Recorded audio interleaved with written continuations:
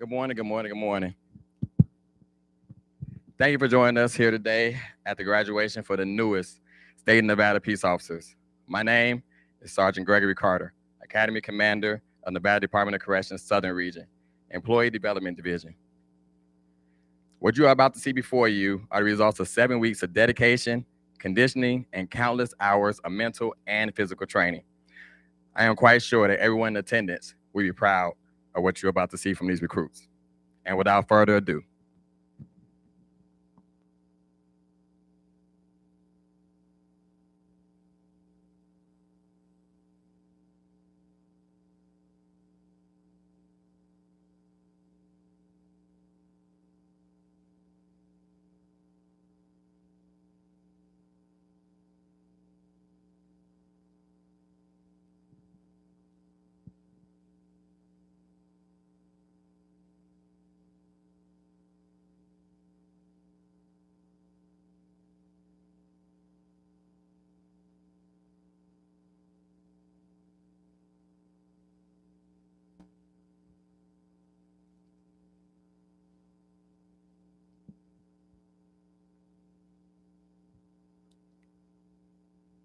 now I would like to have Sergeant Struck and the Nevada Department of Honor Guard present the colors.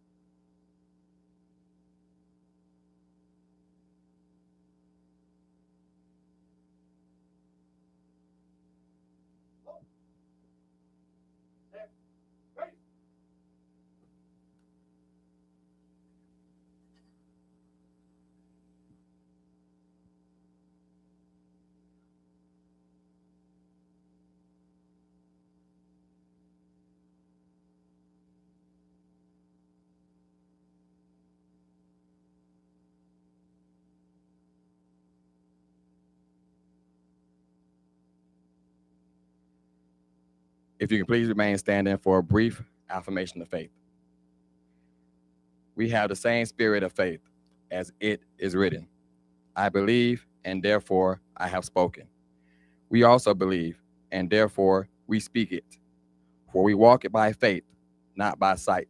So forth, as we are bound in everything, including faith, utterance, knowledge, diligence, and your love for us. Thus, we completely are bound in thy faith also. 2 Corinthians. You may be seated.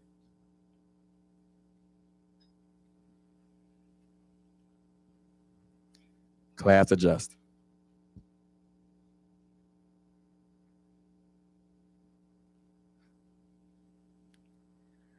I would like to take the time to introduce the distinguished guests with us today, as well as my Academy staff. Seated at the head table, we have Director from the Nevada Department of Corrections, James Zarenda. We also have Senator Scheibel. We have from the city, North Las Vegas, Community Corrections Center, Captain William McDaniel. Also from city, North Las Vegas, Community Corrections Center, Director Christopher Tate. Deputy Director of Operations from the Nevada Department of Corrections, David Tristan. Warden from Florence McClure Women's Correctional Center, William Rubart. Warden from Southern Desert Correctional Center, Frank Dreesen. And Warden from High Desert State Prison, Brian Williams. My Academy staff, Senior Correctional TAC Officer Gallo, as well as Correctional TAC Officer Veray. I told the class from day zero that we would form a team, a bond, a fraternity of correctional officers that will be with them for the rest of their life. We have created a short video edited by Officer Ryan that will allow them to keep the memories that they have made and also a snippet of the journey with you, their loved ones. So without further ado.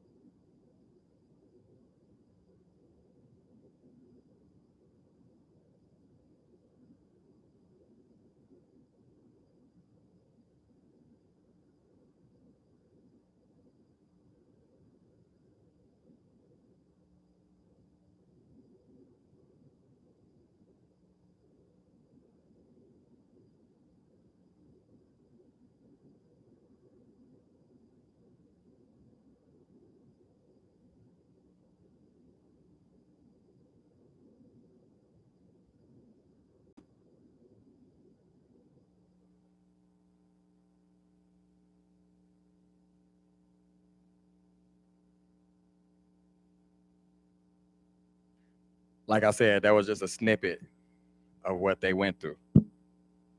Now I'd like to introduce to you the guest speaker, Senator Melanie Scheibel.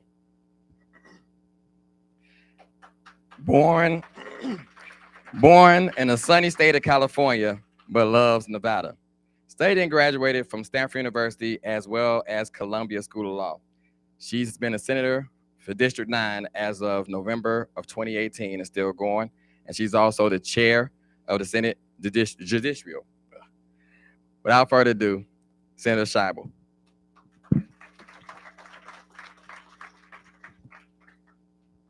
Thank you so much, Captain Carter, right? Sergeant Carter. Okay. Did you hear that? Think about that. Thank you, Sergeant Carter. And welcome everybody to this graduation ceremony. My name is Melanie Scheibel. I'm a state senator here in Nevada. I represent District 9 in the Southwest, and I chair the Judiciary Committee. So what that means in the Senate is that when we go to Carson City every other year, 42 assembly members and 21 senators meet to pass laws that are going to affect everybody in the state of Nevada. And the Senate Judiciary handles almost all of the policies related to the Department of Corrections. We handle issues from the statutes that define criminal offenses, to the sentencing statutes, to the rights that people have when they're incarcerated, to the staffing ratios within the Department of Corrections. We change laws regarding how the Department of Corrections creates their administrative regulations. We pass laws that dictate where corrections facilities exist and who goes to them. And none of that is possible without the cooperation of the Nevada Department of Corrections. And so first, I have to thank Director Zarenda for inviting me to speak here today, because as a state senator, my job is not just to support the Department of Corrections, but also to support the people who are incarcerated there. And we have developed an incredible partnership between more than a dozen different organizations that support people inside the Department of Corrections, be they people who are incarcerated there or the loyal public servants who work there. And you today are here celebrating your family members and your loved ones who have chosen to take on that tremendous task of being inside the Nevada Department of Corrections. And normally when we talk about people who are inside the Nevada Department of Corrections, people think that we're talking about those who are incarcerated because they've committed a crime and been sentenced to time in prison. But they're not the only people who are inside the Nevada Department of Corrections 24 hours a day, 7 days a week, 52 weeks a year.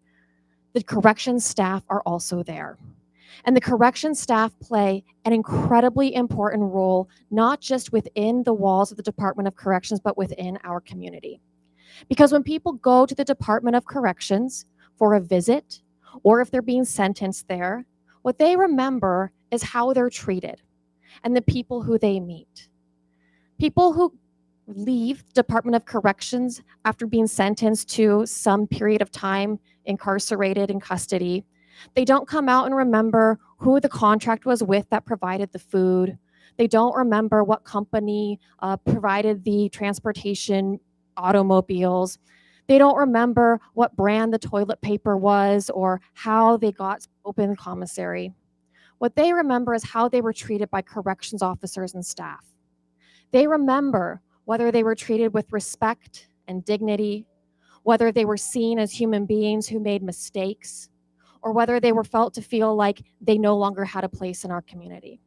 And I am so proud to see these graduates who I know have gone through 7 intense weeks of training, not just to learn tactical skills, not just to learn the policies at the Nevada Department of Corrections, but to become a part of a larger community that has a larger mission.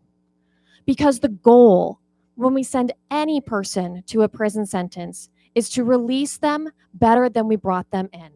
Because almost every person who goes to prison will come out one day and they will become part of our community again. They will go to work. They might go to school. They will raise children. Even the ones who never leave the Department of Corrections have friends and family and communities outside of the Nevada Department of Corrections. And in order to keep those families and communities strong, it takes strong people inside the Nevada Department of Corrections, who serve as mentors, who serve as teachers, and who serve as guides for those who are incarcerated. The job that your loved ones are embarking on is not easy, not by any stretch of the imagination. It is stressful, it is difficult, it is taxing, and it is even dangerous.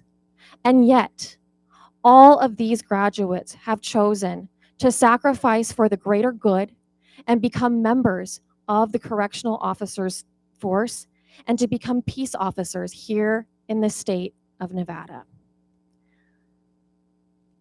Your loved ones will be making a difference in the lives of not just dozens of people, not just tens of thousands of people, but millions of people who live here in the state of Nevada. And I am so grateful to be able to graduate another class of officers to serve in the Nevada Department of Corrections, and I think in the city of North Las Vegas, both places which desperately need additional staff in order to maintain safety, order, and to fulfill the duties that each of these facilities has. This graduating class represents the next generation of peace officers in the state of Nevada. I know that they will take this obligation seriously. I know that they have already demonstrated the strength of character necessary to face the challenges that they will see within the Department of Corrections and the city of Las Vegas. And we are so lucky to have another group of people who are willing to put their own safety on the line in order to ensure that we all have a better community to live in. And I thank these people for making this decision and sticking out those 7 tough weeks, which will lead to 7 more tough weeks and 7 more after that, and then just a few more after that. Because the work that you do is meaningful. The work that you do is important. For so many people, you will be the face of the Nevada Department of Corrections. You will be how people remember the Nevada Department of Corrections. You have the power to change what happens inside the walls of a prison where somebody is experiencing one of the most harrowing moments of their life and truly has a choice to continue down a path of crime or to change and to come out better than they came in. And nobody will have a greater impact on them than their own family and the corrections officers who see them every single day. I hope that you also will remain strong as a class, because it will be impossible to do this job without allies, without friends, without people who understand the very unique challenges, stresses, and anxieties that you experience. Even your friends and family who sit here today won't completely understand what you go through on a daily basis, but your other class members will, and other corrections officers will. And we strive hard in the Nevada State Senate to pass policies that help improve the working conditions for corrections officers, because we know that your health and your well-being is important and it matters. And you deserve to work in an environment where you are also respected and you're treated with dignity and you are safe and you have superiors and supervisors who you can go to with problems, who will help you to solve them and will not punish you for having challenges and facing them. And I look forward to seeing all of the excellent work that you do as peace officers. And I want to thank you for taking on this immense challenge and for being a part of the Nevada Department of Corrections, the city of Las Vegas, and working to make our community a better place.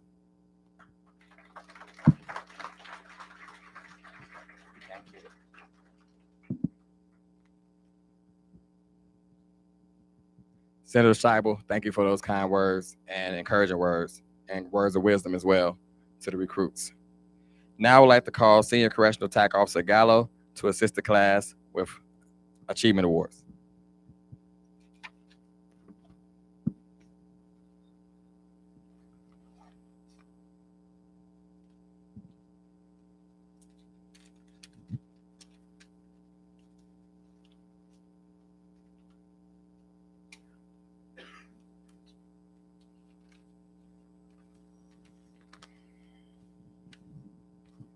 Good morning, everybody. I'd like to say welcome to all the friends and family, all our honored guests, and just give a brief um, breakdown about our awards that we give out.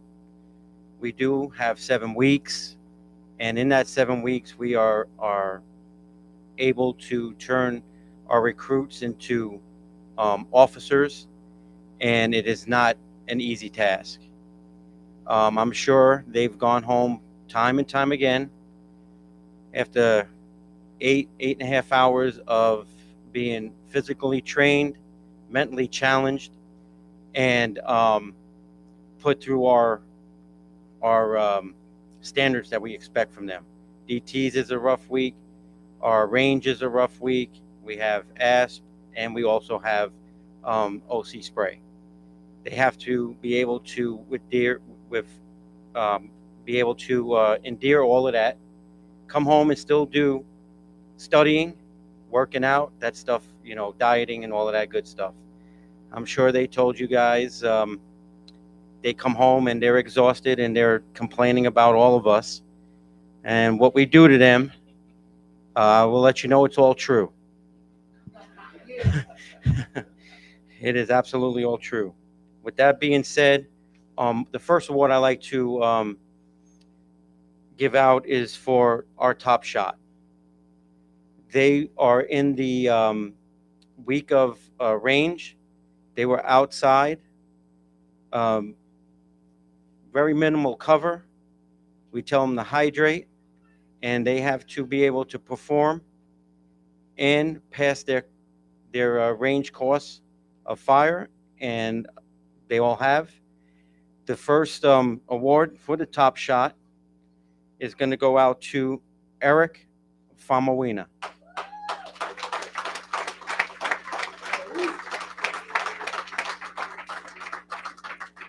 Just to let you know, Eric completed the course with 100 in all the obstacles.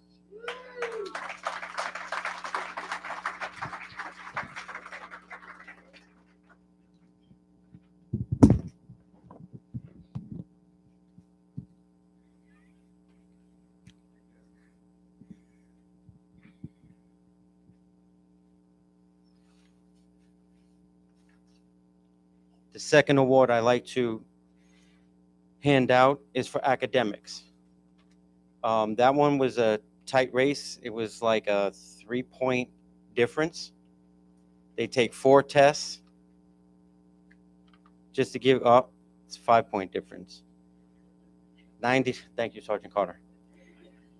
92.1 and 92.6. That was the difference in our academics. And mind you, with everything else, the physical, the DTs and everything that we do to them, they still had to go home and study.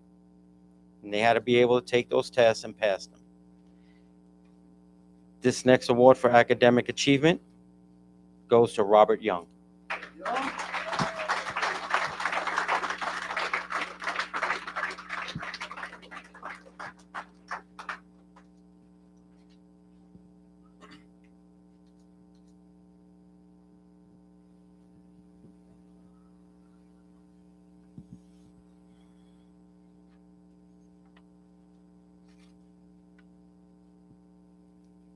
And last but not least is our leadership award for the class. That award is not given out by academy staff. It is basically voted on by the recruits and their peers. And all the peers in this class had voted for and picked Brandon Billy.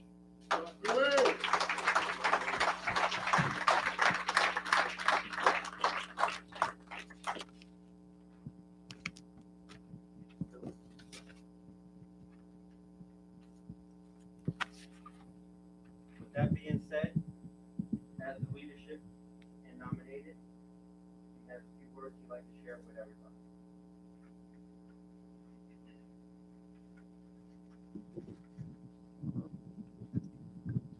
Thank you, Senior Officer Gallo.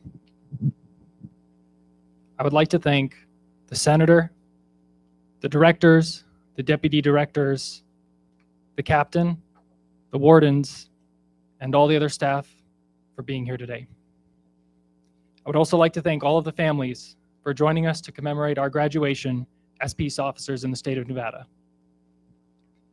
I would like to extend a very special thank you to my graduating class for choosing me to be the class leader. I am honored to accept this award, and I'm grateful to be recognized by my peers. There were many great leaders in our class that exemplified boundless support for their fellow recruits. So I'd like to take a moment to recognize two of them. McCracklin and Graham, could you please stand up? McCracklin was a constant and consistent source of support for every member of the Academy. You showed me that checking on those around you goes a long way. You cared and you remained positive throughout our 7 weeks together, and I sincerely admire you for it. Graham, you are the most prepared person I have ever met. I'd imagine that if the valley had flooded one day while we were out at the Academy, we'd turn our heads to find you in a kayak with a full change of clothes and a fishing rod in your hand. You were the embodiment of capability through effort and discipline, and the experience you lent us was invaluable. I believe both recruits deserve recognition for the examples they set for those around them. So once again, thank you.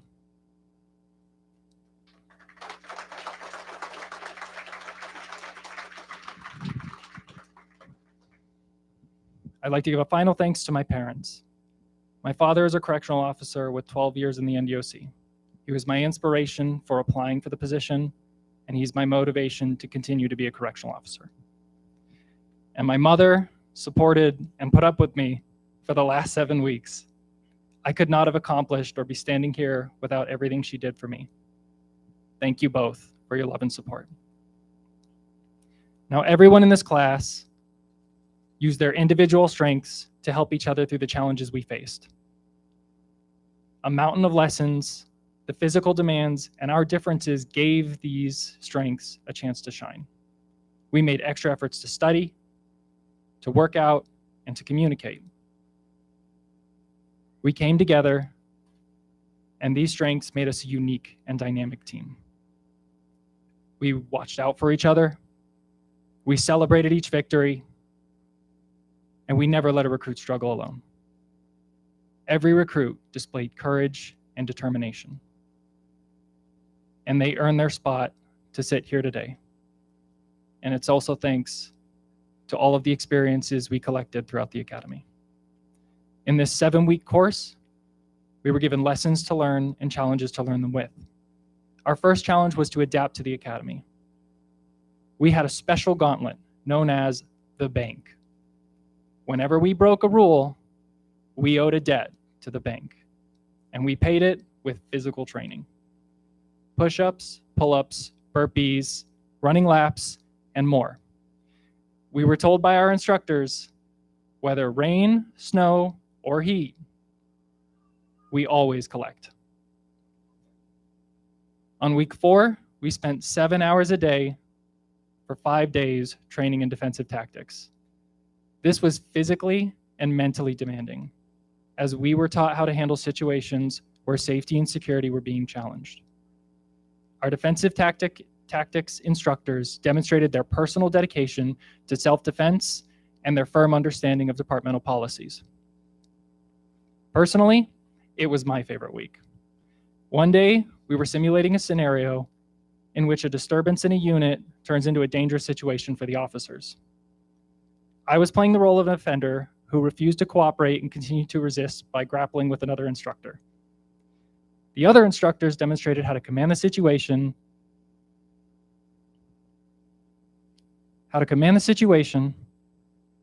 restrained everyone else involved. My apologies. And made the area safe and secure. So while I was grappling with this instructor, I hear, "Get on the ground!" and I turned my head to see 4 fully grown men charging me down. One of them tackled me to the ground, and the others quickly segmented me, meaning they controlled parts of my body to prevent further resistance. And I walked away completely unharmed. The control, precision, and dedication these instructors demonstrated for us to learn from was what made this week my favorite week. Week 5, we had firearm training where we spent a full day, the whole week, all 5 days in the summer sun. Week 6, we practiced real-time scenarios in cell extraction and in an active assailant situation. And on the final day of week 6, we were pepper sprayed with OC. Now, during this academy, we have been asked to use our CO voice, which means to be clear, concise, and loud enough to be heard. After getting sprayed, we all found our CO voices. This academy has been a unique and rewarding experience. I can't state enough how much effort went into teaching and guiding us through these last 7 weeks. Our instructors were Sergeant Carter, Senior Officer Gallo, Officer Veray, and Officer Howard. They represented everything we learned personally and professionally. They prepared us, they corrected us, they trained us, and what I really respected was that they learned from us. I am proud to have been a part of their academy. And I know they'll never settle for just good enough. They have given us tools and knowledge to succeed as peace officers and in life. On behalf of graduating class 23 PST, 03 South, thank you. I wish my classmates the best of luck as they begin their careers as peace officers with the state of Nevada.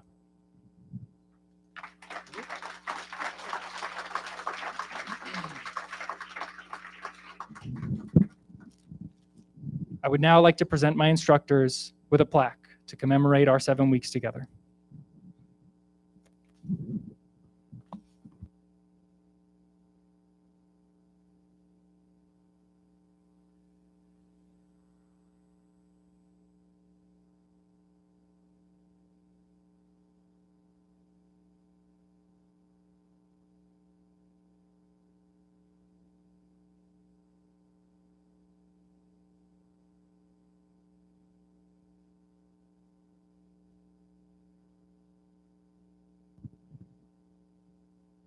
What you want? No. Billy, we also have, I'll recruit Billy. We also have something for you.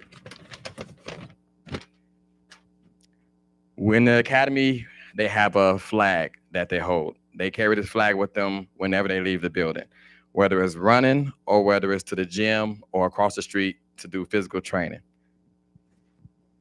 My academy staff would like to present you with your class flag. Oh, wrong way. With your academy flag.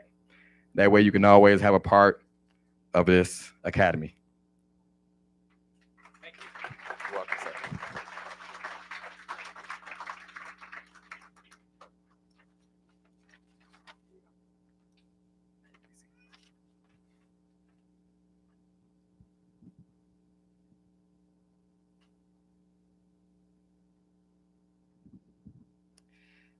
Now, the moment that we all been waiting for. Can I please have our head table move to the front for the badge pinning ceremony?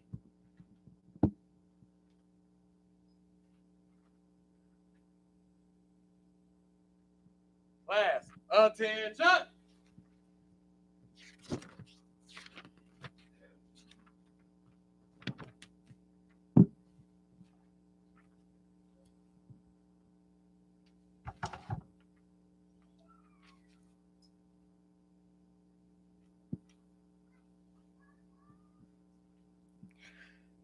First, recruit Brandon Adams.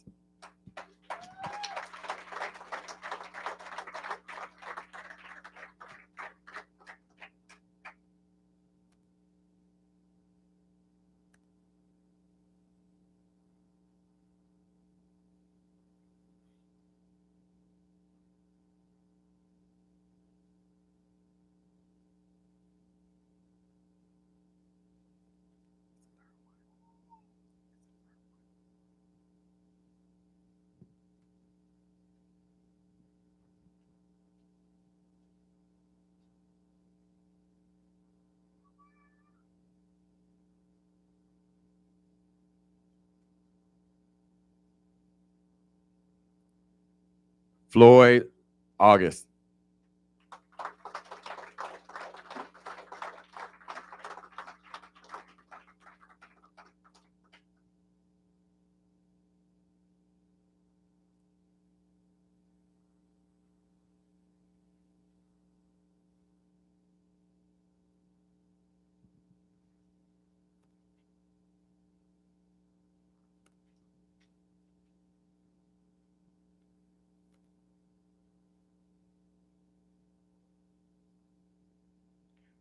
Officer Billy, can you please, not officer, Officer Billy, can you please come to the podium? Not the podium, but up there.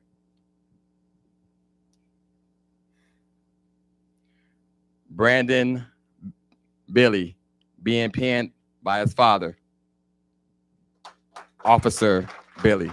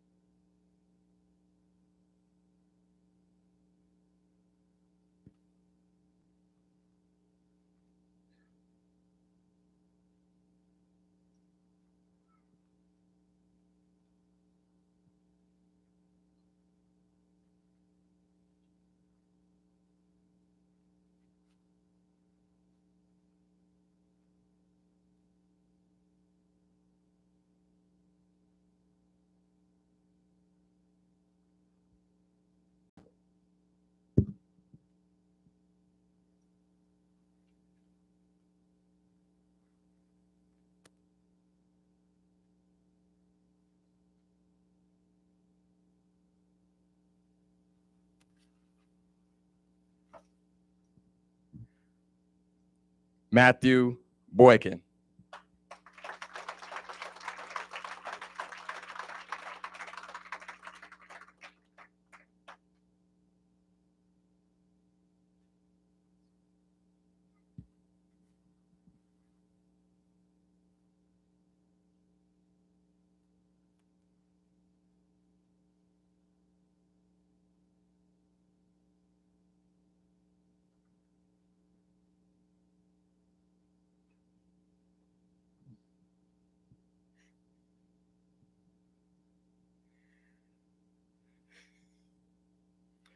Eric Famuina.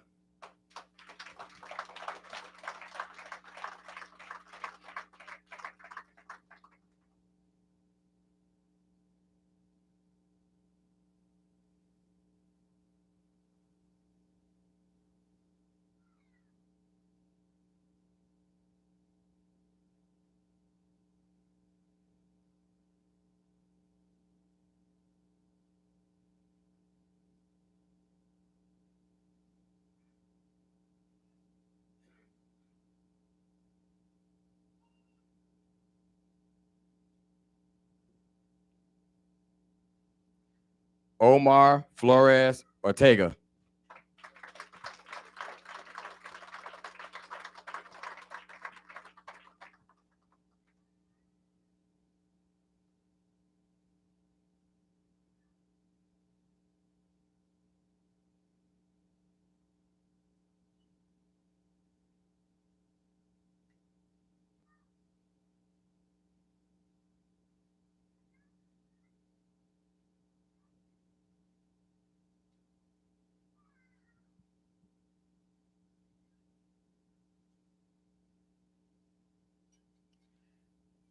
Graduating out the academy from the city, North Las Vegas Community Correctional Center, Larry Graham.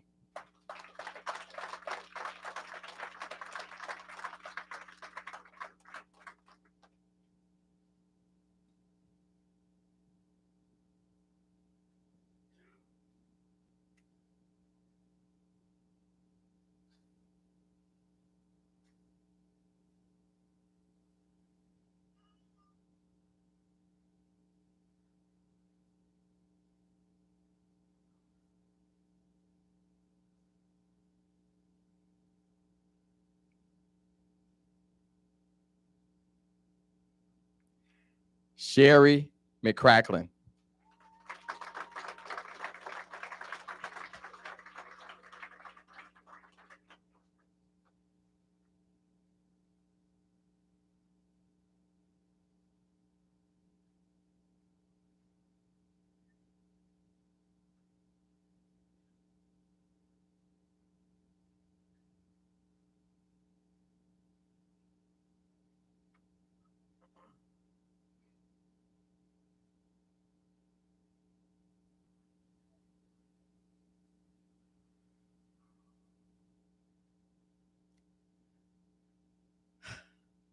Levelasi Sagapolotelli.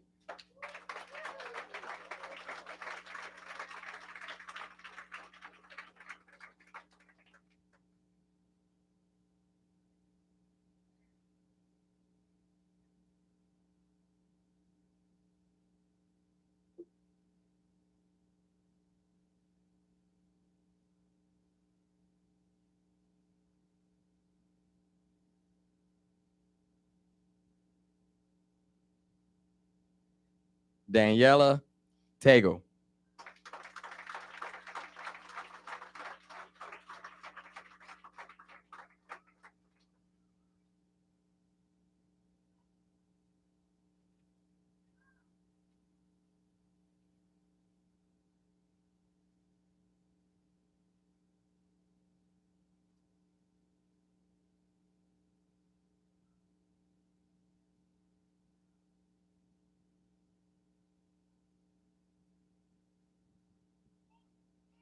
Marquise Turner.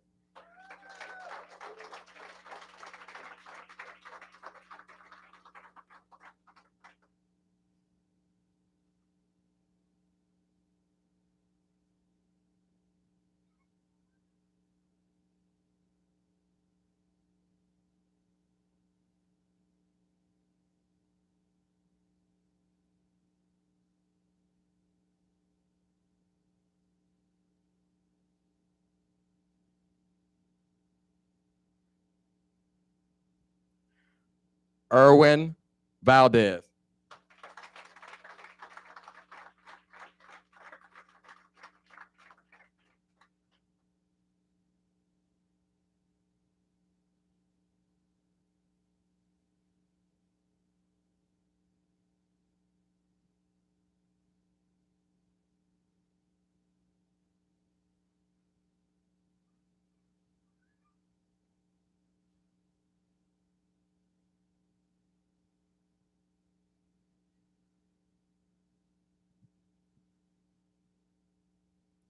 Robert Young.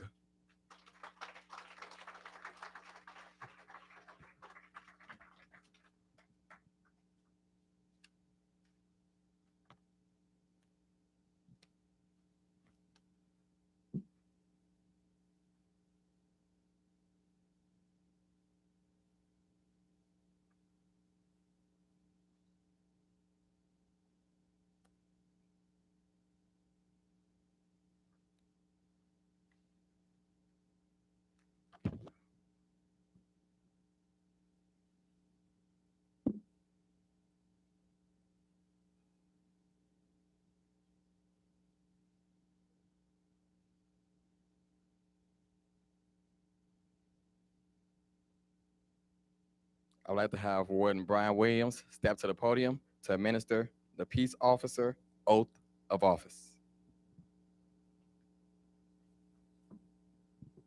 Class, present arms. I, Brandon Adams. I, Floyd Alvin. I, Brandon Billy. I, Matthew Boykin. I, Eric Lopinov. I, Omar Floyd Ortega. I, Larry Graham. I, Sherry McCracken. I, Levelasi Samapolutele. I, Daniela Tego. I, Marquise Turner. I, Erwin Valdez. I, Robert Young.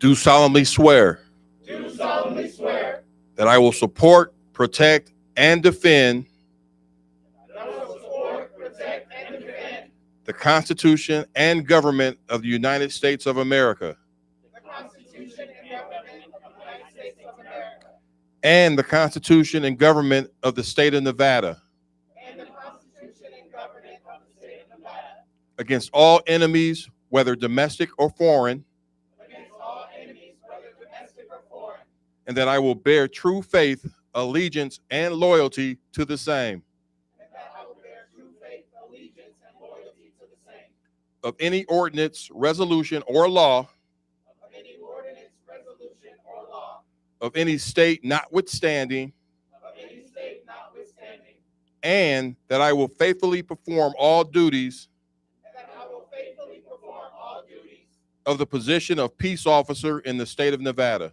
of the position of peace officer in the state of Nevada, on which I am about to enter, on which I'm about to enter. so help me God. So help me God. Ladies and gentlemen, it is my honor and pleasure to present the newest peace officers in the state of Nevada. Order up!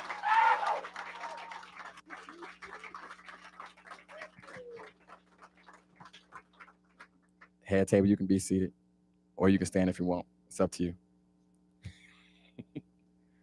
Class, be seated. Adjust. And at this moment, I would like to call up Director Zorinda for our closing remarks.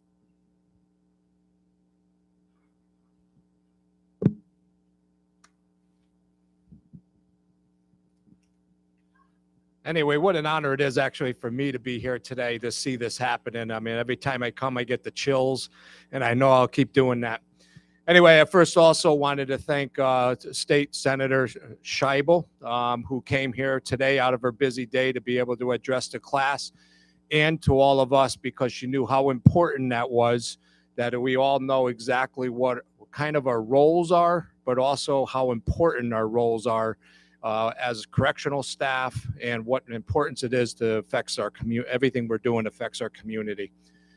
So when we talk about graduation, what it means, tomorrow they're going to be on their own. They're going to be starting to work by themselves. However, they will have the staff to help them guide through it. And when you have staff helping guide through it, we try to get the staff with the most motivation, the best energy that can actually give them the guidance and make sure that they have the tools that they need to be able to succeed in the business. And when I talk about the business is over years, it keeps changing. We have better practices, we have better evidence by what we're doing. So what happens in the Department of Corrections is staff are used to change. Things are not consistent throughout the years because of things that happen that either we find programs that are better than the last one, we find evidence of what we do with our policies that we know can be better, or changes to that because of evidence-based. And it's the same thing that Senator Scheibel was mentioning is when the laws start affecting what we do in corrections, it's not because they're trying to make our jobs difficult. It's because of the changes that happen throughout the years with studies, evidence, and what they have found that works or what doesn't work.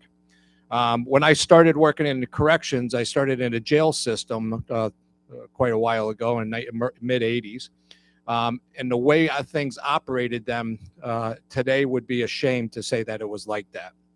And as things start changing, in the corrections that I started was in Connecticut. I ended up doing 25 years there to be able to finish my career running the department, which then a little kind of useless trivia for you that's kind of interesting. Connecticut is called the unified system. What is a unified system is, first of all, there's 5 of them in the country. You got Alaska, you got Hawaii, you got Connecticut, you got Delaware, and you got New Hampshire. What a unified system is there's no difference between a jail or a prison. So it doesn't matter who you are, you get arrested, you get sentenced, you're in there for a long time, you're in the same place. So it's a little different of a system. But it got me to the point where I really understand what it means when someone comes in the front door for the first time, and how important that guiding of those offenders that come in to know exactly what route they have to take to be successful, all the way till they get out the door. And in Connecticut too, they run the parole division. So I did the jails, the prisons, parole, and I really got a good understanding how it all needs each other, how it operates. When I left there, I went to New York City. I took over the operations of all the 5 boroughs in Rikers Island. And at that point, I got the understanding of how important the community has to be taken into the corrections. It can't be left on corrections alone. We need everyone's support. We need everyone's input. We need everyone's efforts to make things successful. You can't expect correctional staff to change somebody's life or do the best they could when they get out, they have nothing and it doesn't go anywhere. Because those resources is what keeps offenders from re-victimizing the community. And that's how important it is with the prison system. We have to know what works and what doesn't. That's why things keep changing. When we find by evidence, if something doesn't work, we're not doing it. we change so that our biggest goal, and it's in the mission of our agency, is that we can change behaviors. So when those offenders get out there, our kids are safer, our communities are safer. Because if we don't do a good job at what we're doing, we're all in trouble. And that's why it's important that with the communities actually help us upon the release, so that when we set up to have someone successful, community has to take over. They have to have those resources and those programs and those job outlets and the support groups to be able to get someone to be what they could be better from the day before. And when they get the resources that they need, that means success in the community. Whether they victimize people in the past, yes, we have victims that don't understand why we do more for the offenders. Our goal is to make those offenders not re-victimize us. And that's how the whole system, when it works perfect, we get success. Another useless trivia for you, there's differences between best practices and evidence-based. And these are terms that you'll hear your loved ones may use over the years. And to understand it, evidence-based are actually practices or programs or data that's been driven over a 3-year period that they can actually prove does or does not work. And if it works 51% or more of the time over all the data given, it's considered evidence-based, just so you know that. When it's not evidence-based, there's programs that they don't know that work, that there's no evidence to say they do, but there's no other programs or possibilities that can actually get someone to succeed. There's programs they call best practices. It's something we believe is going to be the best thing. It's what the country uses to say that this is what we're using for behavior. This is what we use for making people successful. But there's really no evidence base to say that it actually works, but there's no evidence base to say it doesn't. So there's kind of a difference between the two. And a lot of the agencies do use best practices because there's certain behaviors or certain ideas and ideology that we get across that come up from the offenders that we got to do something for somebody. And when we don't do anything, that's when we fail. So you'll start understanding this as time goes on. But I just want to stress that how much the correction officers play a role in this.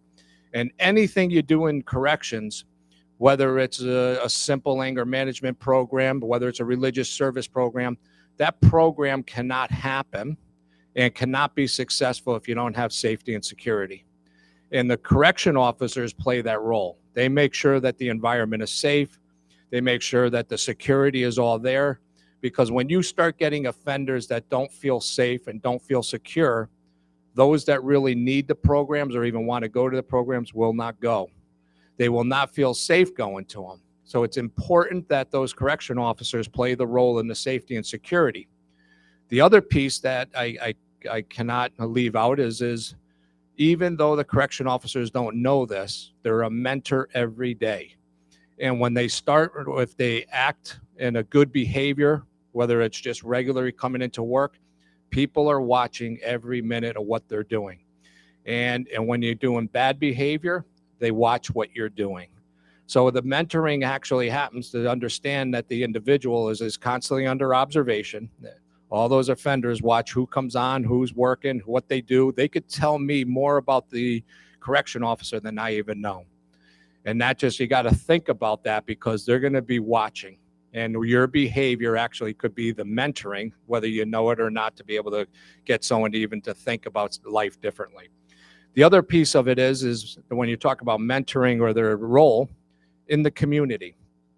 Now, I'll guarantee you that right now, the neighbors of these graduates probably have no idea who they are or where they work. Tomorrow they will. So whether they're home with or without a uniform, they represent the agency. Everything somebody does in the community is the agency. It's not the individual. So they have to remember that going out in the community also, you represent now 24/7 corrections.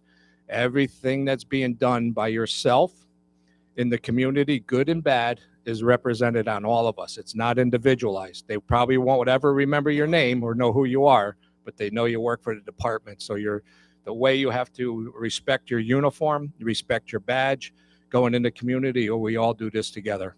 But anyway, it's a great honor to be able to be up here today, to have them in front of me. Not because we need staff so desperately, but we got the best staff coming on board. And you guys, I heard a lot about what you were doing. I went in to talk to you the other day. You probably had no idea what I was meaning and what I was talking about, but it made me feel good to be able to talk to a class that was there and coming on board, and proud of all of you, and can't wait to see how the next year goes for all of you, and expect you to look for promotion. I know it's your first day on the job, but if you start thinking about your future now and the way you want to dictate, that'll dictate your behaviors as well. Anyway, good luck to all of you, and great to see you on board, and can't wait to see you all.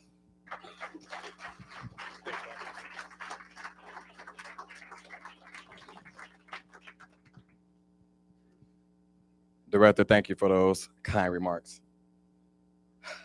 Now, class, respect, honor, courage, selflessness, integrity, loyalty, service, duty. These are just a few words that I want to leave you with as you embark on your journey as a peace officer. You will have trying days ahead of you. Remember these words along with the training conversations that you have had with all of us. To the loved ones in the room, they're going to need your support and encouragement. They are about to embark on a career that many come, but only few are chosen. Without your support and encouragement, it'll be twice as hard. They're going to have long nights and early mornings, 16-hour days, 3 hours of sleep, and right back to 16-hour days. They're going to need your support. With that being said, class, attention. Officer Graham, sound off one last time. Class 23 PST 03.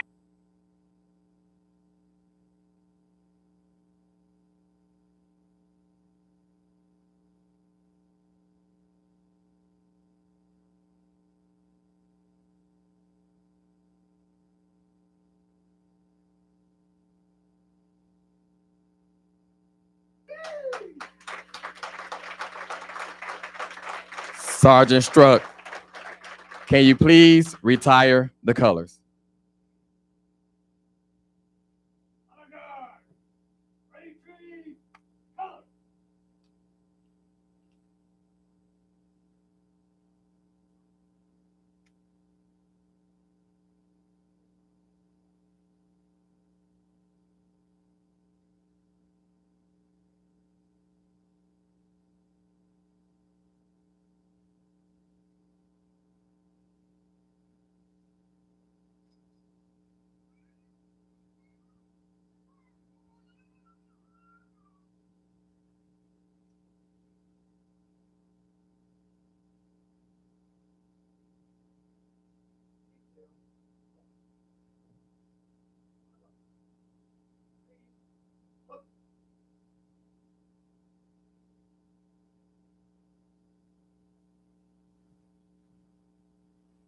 Detail, halt.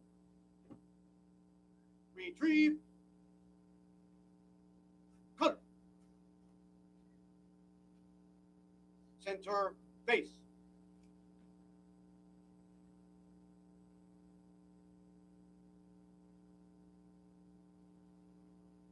Detail, halt.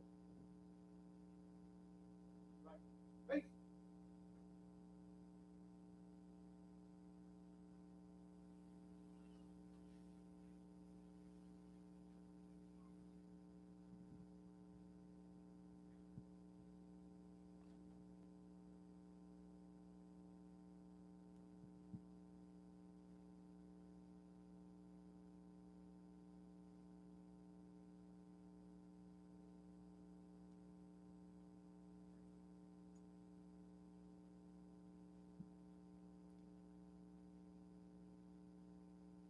2023 pre-service training, third of the year in the Southern region. You are officially dismissed.